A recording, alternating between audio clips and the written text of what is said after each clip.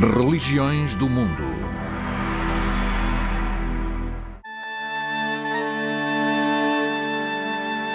O judaísmo. Sim Shalom Tovah Uvracha Chein Vachesed Verachmim Aleinu Val Kol Yisrael Amecha. Concede a paz, a bondade, a graça divina, a misericórdia, a benevolência e a compaixão a todos nós, a todo o teu povo da casa de Israel.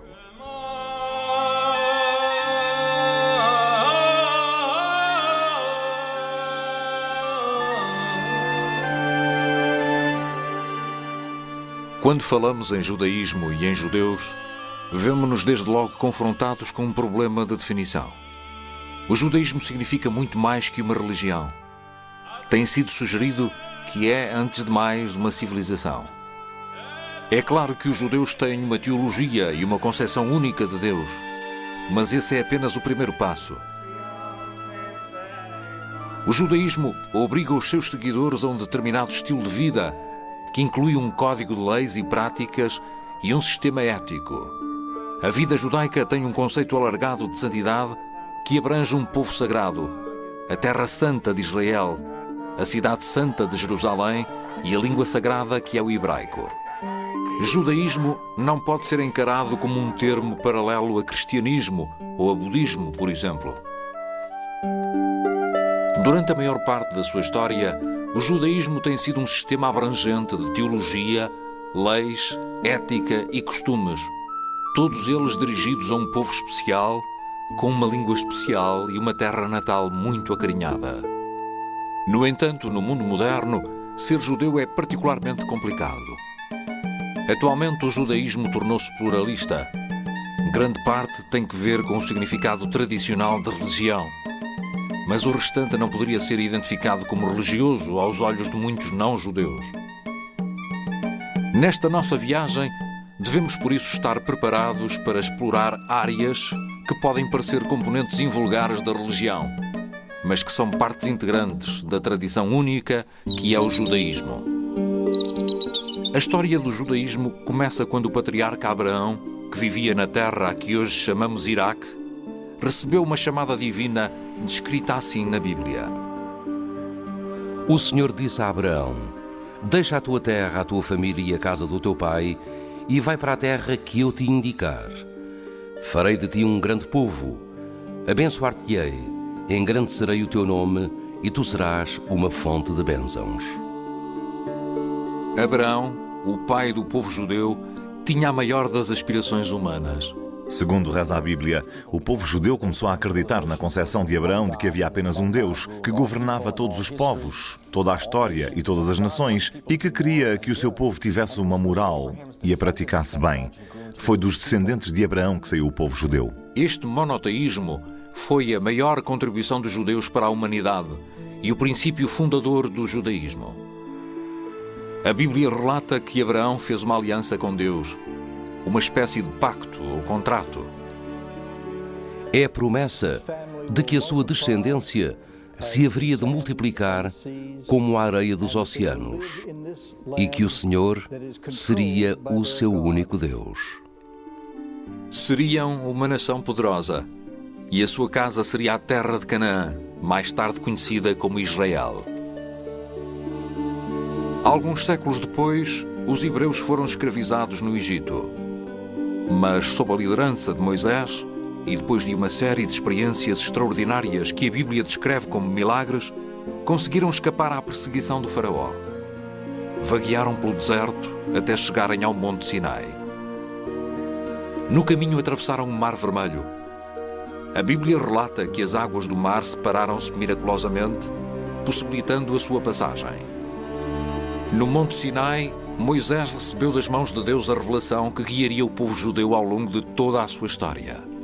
Moisés desceu da montanha com um código de leis e princípios éticos, na base dos quais estavam os 10 mandamentos.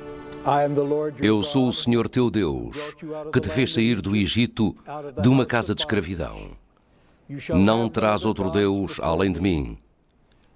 Não farás para ti. Provavelmente Moisés recebeu mais do que os 10 mandamentos, mas parte da lei pode ter sido desenvolvida mais tarde. Talvez tenha estabelecido a estrutura básica e os pormenores terão sido depois acrescentados à medida que a comunidade se desenvolvia. Mas o que tornava Israel diferente dos cananeus, edonitas e moabitas, além de outros povos, era o sistema jurídico, o seu sistema moral e religioso, a sua crença em Deus. Isso distinguia-os verdadeiramente dos povos vizinhos. Não cobiçarás. A lei de Moisés é conhecida em hebraico como Torá. Tora significa instrução. Pode ser usada para significar lei, por vezes num sentido muito específico. Tora refere-se aos primeiros 5 livros da Bíblia hebraica. Depois de 40 anos a vaguear no deserto, as 12 tribos de Israel chegaram à terra prometida e conquistaram-na. Levaram algum tempo a instalar-se, mas acabaram por se tornar um reino unificado, cujo primeiro governante foi Saul. O seu sucessor, David, fez de Jerusalém a capital. Criou um Israel forte e unificado que os judeus nunca esqueceram e que há muito anseiam por recriar. O sucessor de David, Salomão, construiu o famoso Templo de Jerusalém, por volta do ano 960 antes da Era Comum. Este templo era o centro do culto hebraico, o que, em termos académicos, significa um sistema de rituais religiosos. O culto hebraico girava à volta de um sistema de sacrifícios. Foi centralizado por Moisés numa espécie de santuário portátil que seria transportado pelo deserto. Esse santuário viria a receber uma atenção permanente no templo construído pelo rei Salomão em Jerusalém.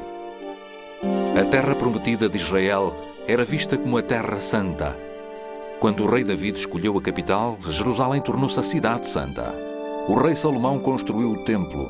Uma santidade especial estava agora associada a este local que era visto como a casa de Deus na terra. Quando o templo foi consagrado, Salomão orou. Ouvi a súplica do vosso servo e do vosso povo de Israel quando aqui orarem. Ouvi-os do alto da vossa mansão no céu. Ouvi-os e perdoai. O povo do reino unificado era conhecido como os filhos de Israel, ou israelitas. O termo deriva do nome Israel que Deus deu a Jacó, o terceiro patriarca e antepassado daquele povo. Sabe-se também que depois de terem constituído uma única comunidade com as 12 tribos, ela durou pouco tempo. Temos Saul, depois David e Salomão. Depois de Salomão, a comunidade separou-se em 2 grupos. Um a norte, com 7 a 10 tribos, e outro a sul, com as restantes. O grupo do norte, a que chamaram Tribo de Israel, durou cerca de 200 anos. Foi depois conquistado pelos assírios, desaparecendo da história, não sabendo o que lhes aconteceu. A palavra judeu era agora aplicada a todo o povo, e a palavra judaísmo acabou por ser usada para designar a sua religião. Um outro nome dado àquele povo era Hebreus. Depois da queda de Israel, o reino de Judá permaneceu independente durante mais de um século, até 586 antes da Era Comum, quando foi conquistado pelos babilônios. O templo foi destruído. A elite de Judá foi exilada para a Babilônia. Conseguiram manter a sua identidade, mas o livro dos Salmos recorda a sua angústia.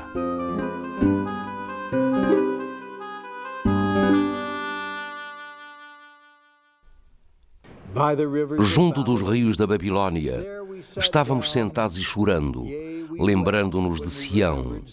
Ali, sobre os salgueiros, suspendemos as nossas harpas. Era lá que os nossos carcereiros nos pediam cânticos, os nossos verdugos, alegria. Cantai para nós cânticos de Sião.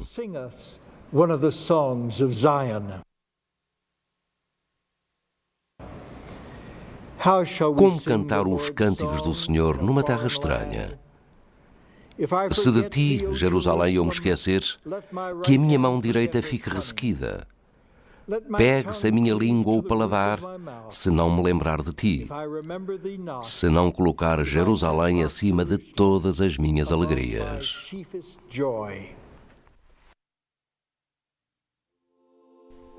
Depois de algumas décadas de cativeiro, esta lealdade judaica foi compensada quando Ciro, o governante da Pérsia que tinha conquistado a Babilônia, autorizou o regresso daquele povo a Jerusalém. Os que regressaram reconstruíram o templo. Quando os sobreviventes do exílio na Babilónia foram autorizados a regressar e a reconstruir o templo em finais do século VI, antes da Era Comum, construíram aquilo a que hoje chamamos o Segundo Templo, que sobreviveu até ao período romano. Os repatriados fizeram do Pentateuco livros canónicos, os primeiros 5 dos livros sagrados que haviam de constituir a Bíblia hebraica. Desde o período em que foi construído o primeiro templo, passando pelo exílio na Babilónia e depois pelos primeiros anos do segundo templo, Israel teve uma série de profetas. Os discursos desses profetas foram compilados, juntamente com alguns textos históricos, numa segunda coleção de escrituras judaicas que foram acrescentadas ao Pentateuco. Mais tarde produziu-se uma terceira secção, conhecida como Hagiógrafos, que era uma coleção de textos literários e históricos adicionais. As 3 partes constituem a Bíblia dos judeus, aquilo que acabaria por ser um dos documentos mais importantes da civilização. O segundo templo foi construído por volta do ano 520, antes da Era Comum, e permaneceria de pé durante cerca de 6 séculos. Durante a maior parte deste período, os judeus não gozaram de total soberania.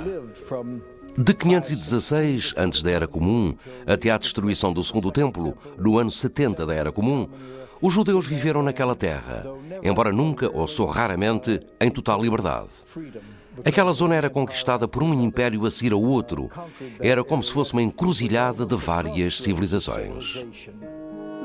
Os judeus foram governados durante vários séculos pelos persas, depois pelos gregos e pelos sírios. No entanto, no segundo e primeiro séculos antes da Era Comum, houve um período glorioso de independência sob a governação dos Asmoneus, também conhecidos como Macabeus.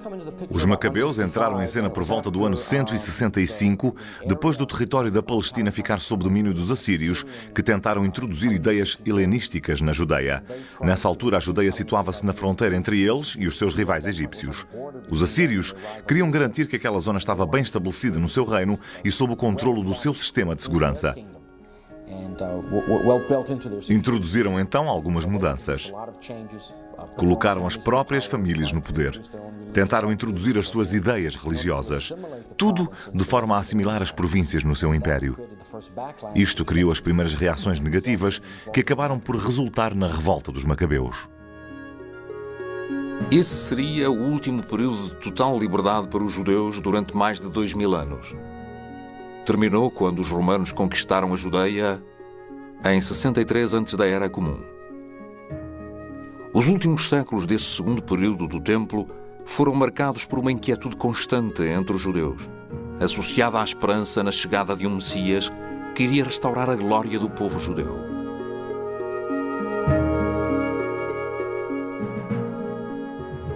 A grande crise do judaísmo deu-se no ano 70 da Era Comum, quando os judeus da Palestina se revoltaram contra os governantes romanos. Depois de 4 amargos anos de guerra, incluindo um longo cerco a Jerusalém, a rebelião foi completamente esmagada. Jerusalém e o seu templo foram destruídos. Este acontecimento marcou o final da independência dos judeus. Os romanos deportaram multidões de judeus das suas terras, dando início ao que eles próprios chamaram exílio, a diáspora, que iria durar quase 19 séculos.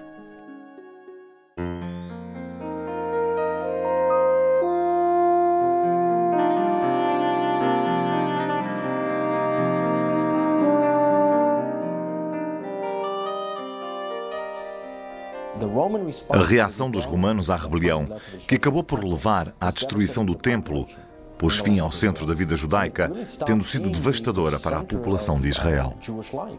O centro teve de passar a ser outro. Mas a Judeia tinha ficado devastada e despovoada, e o templo fora destruído. Por exemplo, os judeus que ficaram na Babilónia depois do exílio fundaram uma comunidade judaica babilónica que durou 20 séculos.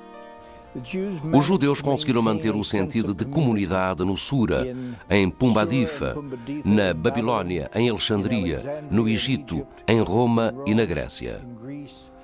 Algumas comunidades judaicas destacaram-se da grande comunidade, de forma a poderem viver segundo as suas leis e seguir as suas próprias tradições. O judaísmo centrava-se agora na sinagoga e não no templo.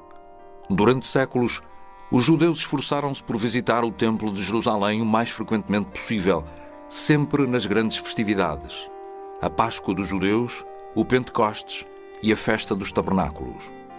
Mas isso tornava-se cada vez mais difícil à medida que a diáspora ou dispersão dos judeus aumentava. Os judeus necessitavam de um local comunitário de culto, onde pudessem dar largas à sua religiosidade. Foi assim que surgiu a sinagoga. A sinagoga era um conceito revolucionário, numa altura em que os templos pagãos eram vistos como local de residência físico da divindade. Quando o culto era feito através de sacrifícios e só os sacerdotes castos tinham acesso aos santuários. Além da lei ditada a Moisés no Monte Sinai, Deus deu-lhe ainda outras instruções. Essas instruções foram sendo transmitidas oralmente de geração em geração. Foram sendo continuamente expandidas, de forma que no século I essa tradição oral já tinha atingido proporções enormes. Um dos primeiros exemplares dessa literatura rabínica a que temos acesso foi o Mishnah. Foi editado provavelmente entre 200 e 250 e é a primeira tentativa de explicar como se devia usar a Bíblia, as suas leis e regras, na vida cotidiana do mundo romano. A segunda compilação importante foi o Talmud, que adquiriu a forma que hoje conhecemos provavelmente entre os anos 550 e 600, cerca de 400 anos depois do Mishnah. Trata-se de uma série de discussões de casos, os precedentes de como interpretar e aplicar o entendimento Mishnah na lei bíblica a novas situações.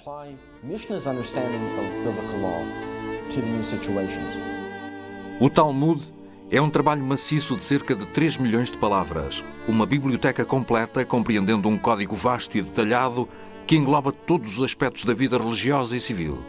Ao longo da obra vai surgindo algum material narrativo, incluindo anedotas e lendas. É uma espécie de manual de direito que parece não ter nada a ver com religião, mas tem. Porque significa que as relações das pessoas entre si não são baseadas no poder, mas sim no princípio moral do certo ou errado, tal como é enunciado na Bíblia. Tudo baseado no não roubarás. Se não é teu, não lhe toques. Foi através da Tora, do Talmud e do nosso livro de orações que os judeus, qualquer que fosse o local onde estivessem, conseguiram sobreviver enquanto comunidade. Nos primeiros séculos da nossa era, a dispersão dos judeus tinha chegado ao sul da Arábia, ao leste da Arménia e da Pérsia e ao lado oeste do Oceano Atlântico. No início da invasão romana, os judeus também seguiram para o norte da Europa, onde estabeleceram novas comunidades. No entanto, o triunfo do cristianismo no século IV trouxe a desgraça aos judeus. Com o triunfo da cristandade por volta do século IV, a situação política e social dos judeus acabou por mudar naquilo que restava do Império Romano. Com a queda dos romanos, a Igreja tornou-se a única estrutura institucional sobrevivente, transformando-se no governo de facto e acabando por substituir o Império Romano. Os imperadores bizantinos introduziram leis anti-judaicas que seriam a base de muitos séculos de terríveis perseguições. Essa legislação pretendia isolar e humilhar os judeus e proscrever a sua relação íntima com a sociedade cristã.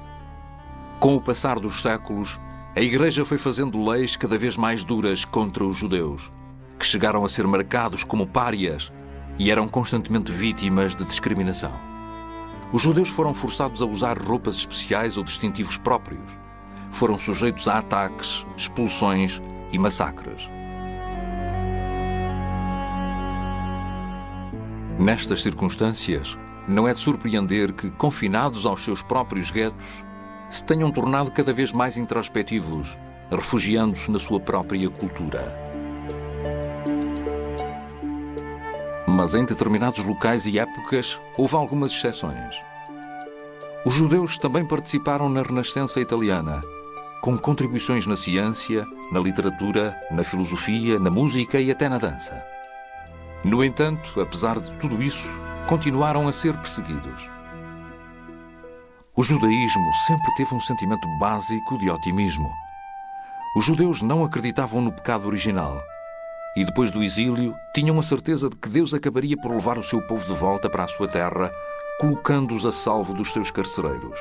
O profeta Jeremias tinha previsto esse desenlace. Eu próprio juntarei o que subjou do meu rebanho e trá-lo-ei de volta à sua pátria, onde prosperarão e se multiplicarão. Apesar de tudo, o grande ideal da sociedade judaica continuava a ser o estudo. E o homem culto, o rabi, o doutor das leis judaicas, era um modelo supremo. Os judeus tinham sido os pioneiros de uma educação universal na época do templo e garantiram sempre o estudo aos filhos, frequentemente em academias talmúdicas que prosperaram em muitas comunidades. Também os adultos arranjavam todos os dias algum tempo para ler o Talmud. Por vezes esse estudo intensivo causava uma reação negativa. Por exemplo, um movimento pietista do século XVIII, conhecido como Hasidismo, rejeitava o elemento intelectual da vida religiosa a favor de uma abordagem mais emocional. O Hasidismo, liderado pelo seu fundador, Baal Shem Tov, o mestre do bom nome no período medieval, queria trazer de volta para o judaísmo a celebração da vida, a alegria, e o que sempre tinha caracterizado a vida judaica nos cânticos e nas danças, como vem na lei, e o sentimento de realização na relação com Deus. Depois das revoluções americana e francesa, os judeus já não eram vistos como pessoas inferiores ou desprovidas de direitos. Eram já cidadãos como os outros. Muitos começaram então a questionar os ensinamentos e as práticas tradicionais, emergindo novas formas de judaísmo. Uma das soluções mais influentes foi o judaísmo reformista. A reforma surgiu no começo do século XIX. Sob o impacto do estudo bíblico moderno, determinou-se que já não acreditavam que Deus tivesse entregue o livro da Torá completo no Monte Sinai, mas que tinha sido escrito por muitos homens durante vários séculos. Assim sendo, não era uma dádiva de Deus, mas apenas inspirado por Deus. O judaísmo rabínico tradicional era agora chamado ortodoxo, para se distinguir do judaísmo reformista. Embora os judeus sempre tenham sabido em quem acreditar, demoraram alguns milhares de anos para fazer da sua teologia e do seu credo um sistema religioso. Contrariamente ao cristianismo, o judaísmo nunca teve um dogma oficial escrito pelas suas autoridades. É claro que a Bíblia está repleta de preceitos básicos do credo judaico, mas estão muito espalhados. A frase mais crucial aparece no livro do Deuteronômio. Shema Yisrael, Hashem Elokeinu, Hashem Echad. Escuta, ó Israel, o Senhor nosso Deus é o único Senhor. Esta frase afirma tanto o monoteísmo como a submissão do povo a um só Deus.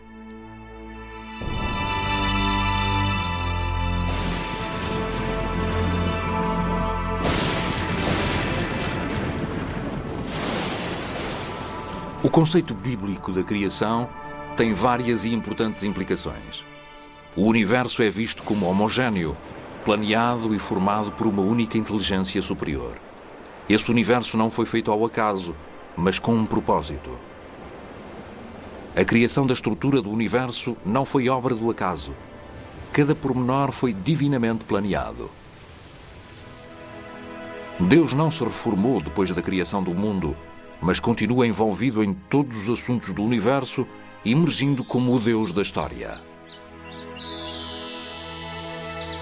A providência divina garante continuamente a existência do mundo, que pode ser destruído por Deus da mesma forma que foi por ele construído.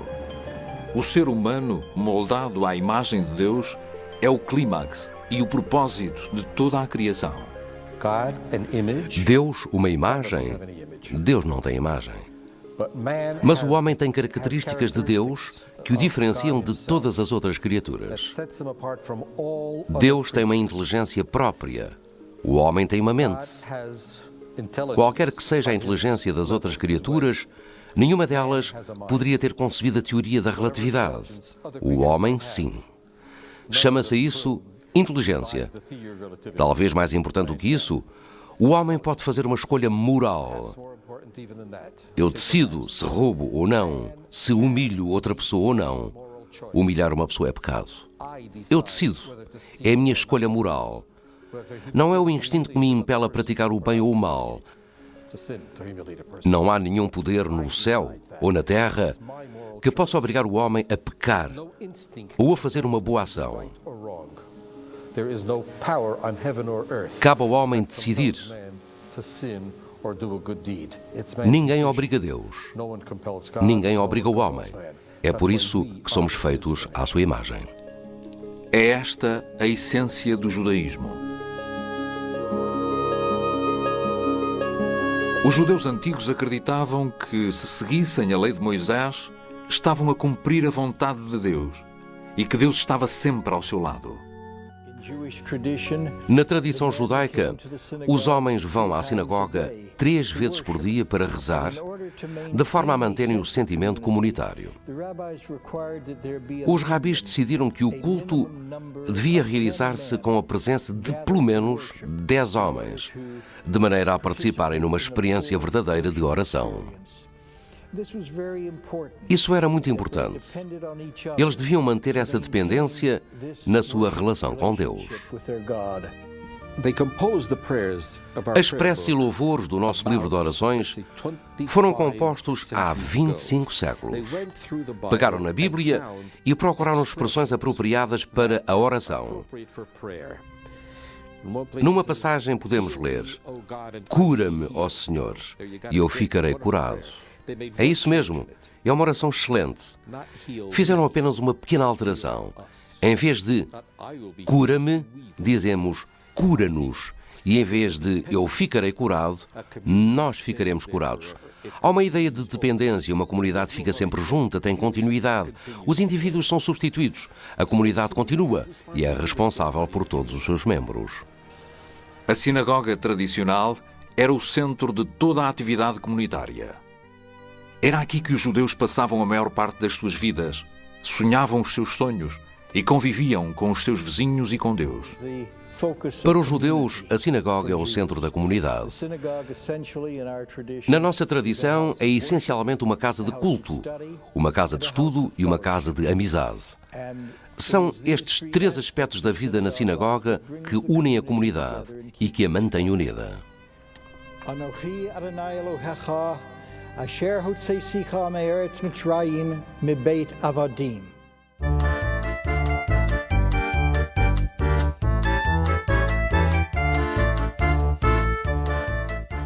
A vida judaica girou sempre à volta de 2 pontos: a sinagoga e o lar. O lar foi sempre o santuário de Israel. E mesmo depois da destruição do templo, com o desenvolvimento das sinagogas, era em casa que os judeus celebravam o sábado e os feriados. Era a riqueza das tradições que mantinha a família fiel ao que era sagrado e precioso nas suas vidas. Na lei e na literatura judaicas, as regras do relacionamento entre pais e filhos estão bem definidas. As crianças são vistas como uma extensão dos pais. E a família ideal é caracterizada por um amor mútuo e por responsabilidades igualmente recíprocas e sem limites. As crianças são ensinadas a respeitar e a honrar os pais. São muito importantes na vida judaica. Em tempos antigos, a esterilidade, ou aquilo que podemos designar por infertilidade, era vista como uma terrível maldição. Se depois de 10 anos de casamento uma mulher continuasse sem filhos, a lei e os costumes judaicos autorizavam a bigamia para se reproduzirem crianças. A vida judaica recebe um significado e um ritmo muito especiais da sua variedade caleidoscópica de festivais, festas e encontros familiares. Esses acontecimentos preenchem o ano judaico e dão-lhe um colorido e características únicas. Para mim, esta é uma das coisas maravilhosas do judaísmo. Nos nossos feriados e nas nossas atividades diárias, é a vida que nós celebramos. Se me perguntarem qual é o feriado mais importante, eu respondo que é o sábado. Uma vez por semana, no sábado, o 7º dia da semana para os judeus, o judeu dedica-se à família, à comunidade e ao seu Deus. É um dia em que somos poupados do trabalho e das preocupações que nos afligem 6 dias por semana. É um dia em que a família se reúne e no final da tarde partilha uma refeição especial. É uma altura para se relaxar à volta da mesa do jantar e cantar cânticos e depois ir à sinagoga ou ao templo para participar nos serviços religiosos com a comunidade. Mas é também um tempo de estudo. As três festividades, a Páscoa judaica, a Festa das Semanas e a Festa das Tendas ou Tabernáculos, continuam a realizar-se na sinagoga e em casa e continuam a ser ocasiões muito alegres. A primeira destas festividades anuais acontece na primavera, a Páscoa dos judeus. Na antiguidade, marcava o começo da colheita da cevada e era também o aniversário do êxodo do Egito. No passado, os peregrinos que iam em romagem a Jerusalém sacrificavam e comiam um cordeiro pascal como forma de celebrarem esses acontecimentos. A última ceia de Jesus Cristo é geralmente vista como tendo sido uma refeição da Páscoa. Esta festa dura uma semana e, em homenagem à privação dos seus antepassados, os judeus só podem comer pão sem fermento, que tem uma forma redonda e achatada. A Festa das Semanas decorre 50 dias depois da Páscoa. Na época do Templo, este festival agrícola celebrava os primeiros frutos do início do verão e os peregrinos traziam uma oferenda para o templo, proveniente da colheita do trigo. Esta festa coincide com a data tradicionalmente ligada à entrega da Tora a Moisés no Monte Sinai. Por isso é também conhecida como Festa da Entrega da Lei. O terceiro dos três principais festivais decorre no outono, quando a colheita já foi feita. Chama-se Festa das Tendas ou Festa dos Tabernáculos. Era o mais alegre dos três festivais. O seu simbolismo histórico provinha do facto de comemorar o 40º ano de caminhada dos filhos de Israel pelo deserto. Durante esse tempo, os hebreus viviam em tendas ou tabernáculos. Durante este festival, os judeus vivem em tendas que constroem nos jardins, nas varandas ou então nos telhados das próprias casas.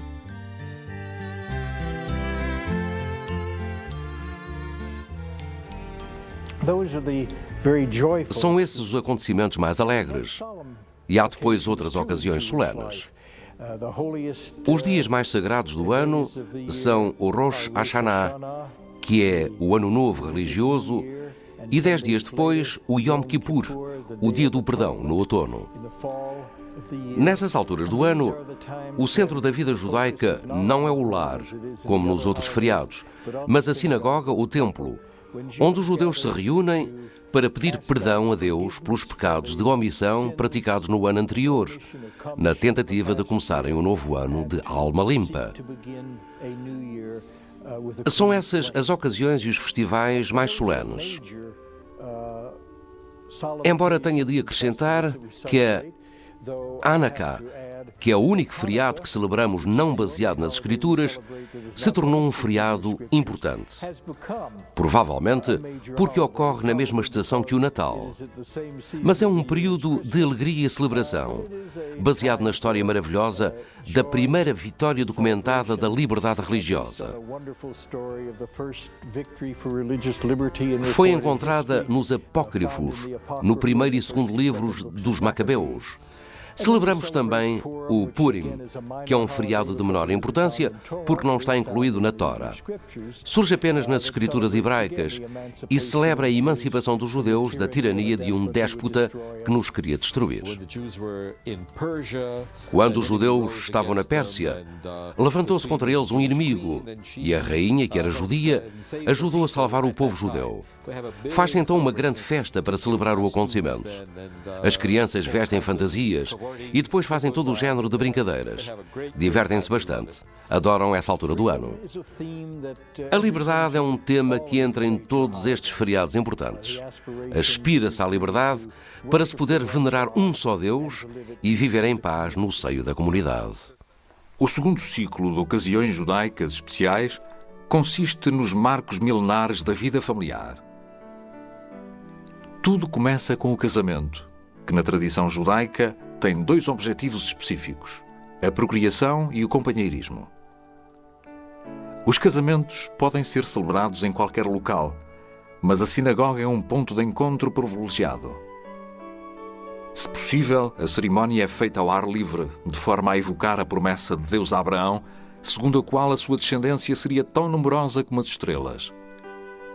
Na cerimónia de casamento judaica, segura-se um manto sobre os noivos que simboliza o lar que estão prestes a constituir. Depois do casamento, o próximo evento do ciclo familiar é o nascimento de uma criança. Adão e Eva receberam de Deus o mandato de crescerem e se multiplicarem, e isto é encarado pelos judeus como o primeiro dos mandamentos. Se a criança for um rapaz, uma semana depois do nascimento decorre a cerimónia da circuncisão. Atualmente, entre os casais jovens de judeus, há um costume cada vez mais frequente de fazer uma festa de batismo também para as raparigas. Eloheinu melech haolam, asher kiddushanu. Quando atinge os 14 anos de idade, um rapaz judeu é considerado adulto, tornando-se responsável pelas suas ações e observância religiosa. É só desde a Idade Média que isso é ocasião para uma cerimónia especial, o Bar Mitzvah. Atualmente é um dos acontecimentos centrais do ciclo de vida judaico. No século XX, foi introduzida uma cerimónia paralela para as raparigas quando chegam aos 12 anos de idade, chamada Bat Mitzvah.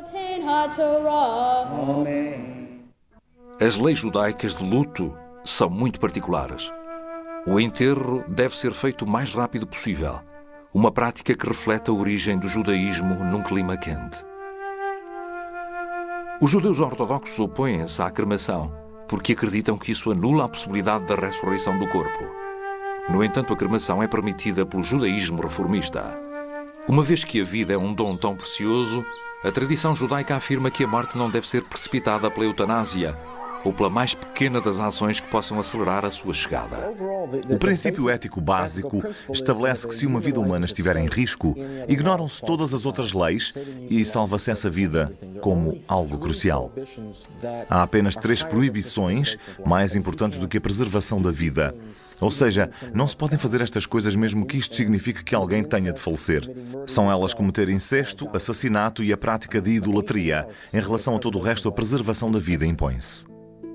A partir da lei de Moisés, os rabis desenvolveram 613 mandamentos que os judeus devem cumprir.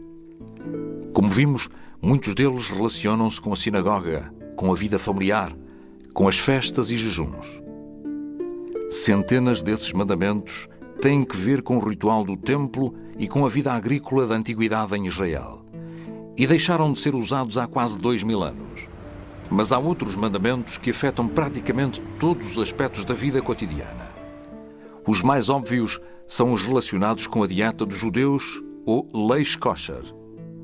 Muitos tipos de animais são totalmente proibidos, incluindo marisco e qualquer variante de carne de porco. Há regras básicas para a matança ritual dos animais, de forma a garantir uma morte rápida e sem crueldade. Outras regras prescrevem a forma apropriada de lhes ser retirado o sangue, que é visto como fonte de vida. Os rabis também se basearam na Bíblia para impor uma proibição, segundo a qual não se podem comer derivados do leite à mistura com outros produtos à base de carne. A ligação à Terra Santa é uma tendência vital do judaísmo. Já era parte integrante da vida judaica desde o começo, com a aliança entre Deus e Abraão. A vida religiosa em Israel era vista como superior à vida em qualquer outro local. Não só porque lá se podia observar um maior número de mandamentos, mas também porque os judeus se achavam mais próximos de Deus, especialmente em Jerusalém.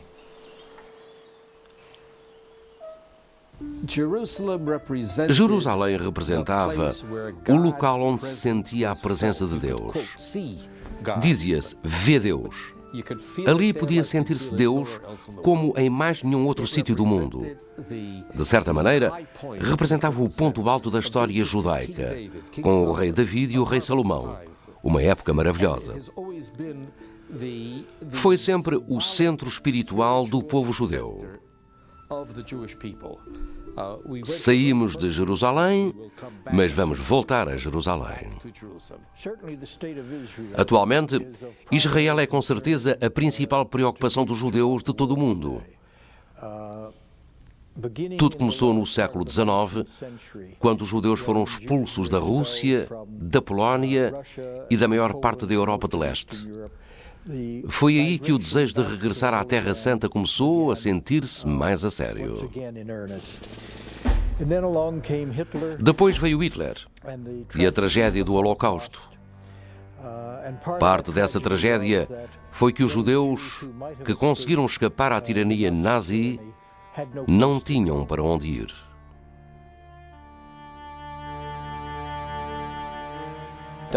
Penso que à medida que o Ocidente moderno ganhava forma, com o Renascimento, foi surgindo o problema do que fazer com os judeus. A comunidade judaica tornou-se um problema na cultura e civilização ocidentais, e esse problema não deixou de existir com a entrada do século XX. Há alguns anos, os judeus não eram autorizados a permanecer em determinadas zonas dos Estados Unidos da América. Pela mesma razão que a Alemanha nazi assassinou 6 milhões de judeus, simplesmente pelo facto de serem judeus. Também éramos odiados na Rússia, só porque éramos uma minoria e éramos judeus. Em 1918, tinham programas para o povo judeu.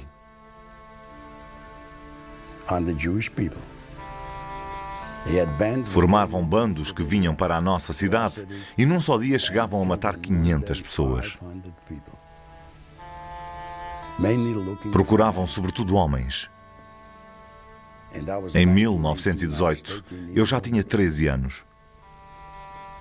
É por isso que me lembro de todas estas atrocidades. De estar deitado na rua e 2 dias depois nos darem permissão para recolhermos os mortos e enterrá-los no cemitério. O Holocausto foi certamente muito pior do que qualquer outra perseguição que tivessem sofrido antes, mas tinham já muitos precedentes. A ideia da segregação, do gueto, de usarem distintivos especiais para indicar que eram judeus.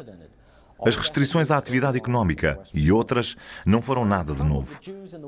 Tudo isso tinha raízes profundas no mundo ocidental.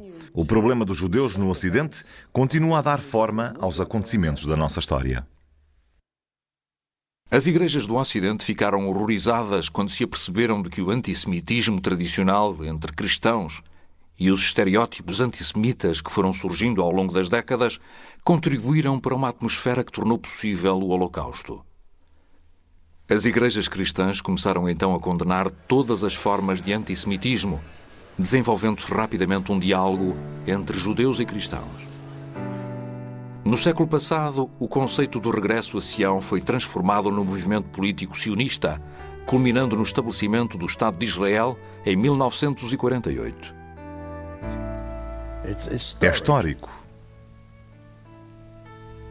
Não tivemos país até 1948. Data em que recuperamos finalmente o nosso país.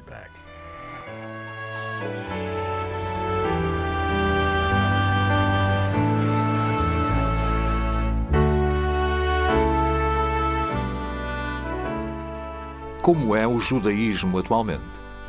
Intensamente pluralista. Hoje em dia, há 12 milhões de judeus espalhados pelo mundo, cerca de 6 milhões nos Estados Unidos e 4 milhões em Israel. Estas duas comunidades são os polos à volta dos quais gira a vida religiosa e cultural dos judeus. No começo do século XX, um escritor judeu francês de seu nome Edmond Flegg mantinha laços muito ténues com o judaísmo. Mais tarde, sob o impacto do antissemitismo francês, Flegg tornou-se judeu praticante. Escreveu um credo que exprime maravilhosamente a concepção do que é ser judeu no mundo moderno. Eu sou judeu porque, nascido do povo judeu e tendo regressado a esse mesmo povo, quero que vivam depois de mim, mais do que viver só para mim. Eu sou judeu porque a fé judaica não me obriga a abdicar da minha inteligência. Sou judeu porque a fé judaica pede-me toda a devoção do meu coração. Sou judeu porque em todos os lugares onde chora o sofrimento, há um judeu que chora. Sou judeu porque de cada vez em que há desespero, o judeu tem esperança. Sou judeu porque o mundo judaico é o mais antigo e o mais novo. Eu sou judeu porque a promessa do judaísmo tem dimensão universal. Sou judeu porque para os judeus o mundo ainda não está concluído. Os homens continuam a construí-lo. Sou judeu porque para os judeus o homem não está criado. Os homens estão a criá-lo. Eu sou judeu porque sobre todas as nações e sobre Israel, o judeu coloca o homem e a sua unidade. Sou judeu porque sobre o homem, a imagem da unidade divina, o judaísmo coloca a unidade divina e a sua divindade.